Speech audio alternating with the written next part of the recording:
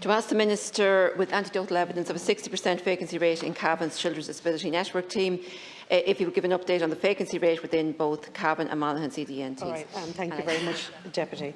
So the Government acknowledges challenges faced by children and young people with disabilities and their families accessing essential therapies services in Cavan and Monaghan. The staff vacancy rate for Cavan, which is an Enable Ireland team, is currently 58%, with a total of 11.96 whole-time equivalent staff in situ. The staff vacancy rate for Monaghan HSE is at 39%, with a total of 17.81 whole-time equivalent staff in situ. Currently, there are 570 children on the caseload in the CDNT in Cavan and 662 children on the caseload in the CDNT in Monaghan. Work is ongoing to bolster the CDNT teams and enhance their staffing complement in order to provide suitable appointments for therapy services. To achieve this, I am pleased to report a positive response to the recent CDNT recruitment campaign, Be Part of Our Team, Be Part of Their Lives, which received over 500 applications, and the HSE national and local HR is now progressing to the next stage of the selection process, with appointments expected in the coming weeks. So they have already actually looked at where the people had chosen to what areas of the country they wanted to be at. So they're already sent out to the CHOs, the same way that they have also been sent out to Enable Ireland. I have to meet with Enable Ireland in the coming days to see actually are they working at the same pace that the HSE is at, to actually start their interviews and have they identified the sites where they, if successful candidates, how quickly they can put them in situ. So the HSE is also driving a number of initiatives to provide support so urgently needed for waitlisted children. The HSE launched the Children's Disability Service Grant, which has an aim of strengthening services for children with a disability currently waiting on CDNT service, and that is due to be launched in the next 2 or 3 days. We are very close to having that finalised, Deputy. So the fund calls for applications for disability service providers and community groups who can provide additional and innovative services such as recognised sensory programmes, evidence-based therapies, respite services, clubs, evenings, weekend sessions and additional therapy sessions for service users such as managing challenging behaviours. Okay, thank you, Minister. Actually, just on this week, I just became aware that the manager in the Cavan CDNT is on maternity leave, so I'm just putting a question to you: is she going to be replaced? Because I think the lady that's currently covering is based in Navan, but that may just be a temporary situation. We really do need a full-time manager in the service.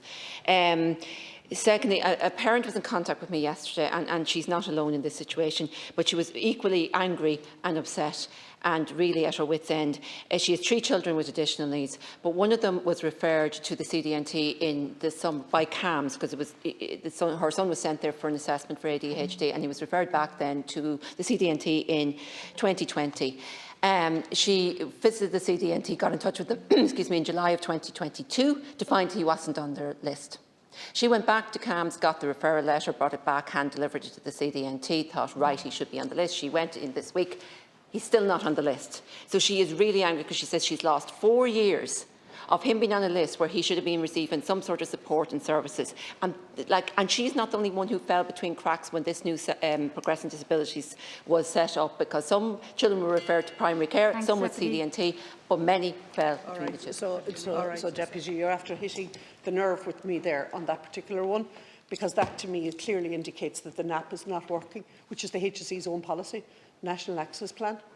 So that would mean that if the NAP was working, that parent, when the letter would have come back, and that child would be automatically, as you would say, not to go back twice and it not to be there. NAP means that where you have primary care, disabilities and mental health, it's an integrated approach, which is really a communication tool between primary care, disabilities and mental health, so as that actually the clinicians are communicating amongst themselves to ensuring that the child is at the centre and getting the service that the child needs. The child should be appropriately placed absolutely on the team where their services would be meeting.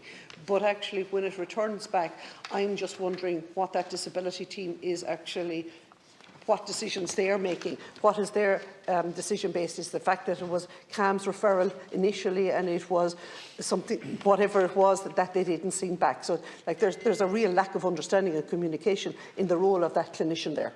Yeah. Minister Deputy. Well, I think the child was referred to CAMS for an ADHD assessment, but then they said, look, the child's autistic, so it needs services of the CDNT. There was more to the story beforehand, but I'll not go back on it again.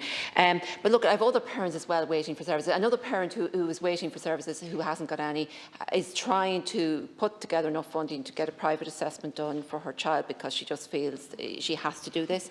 But to do that, she needs some sort of a form or a referral from the CDNT, and they said we can't give that because we haven't seen the child. So she's really caught in a situation where she can't access private support without some sort of assessment from the CDNT, but the CDNT won't give that because they said they haven't seen the child, which we know they haven't seen the child. If they'd been seeing the child and the child was in their services, she wouldn't need to go and access in private. Also, a family forum meeting that was held recently, I was told was very poorly attended, that they seem to be getting more disillusioned and they're not it ended up where they actually said that the issue with the team in Cavan is that nobody wants to work in Cavan. Thanks. That's not true. And the Minister to conclude this question. Thank you very much, Deputy. So it's important for me to recognise the deficits in staff in Cavan and Monaghan. Not only do I recognise it, but so do the CHE, so do the HSE. Hence that I do think when the Disabilities Children's Service Grant is launched, I hope you will see an uplift of support for the families and the children, while the staff and the recruitment is taking place as we speak. I did ask the question when I met with the leads and the heads of the HSE only last Tuesday, when should I expect that staff would be in place? The staff should be in place mid-April at the latest, the start of May.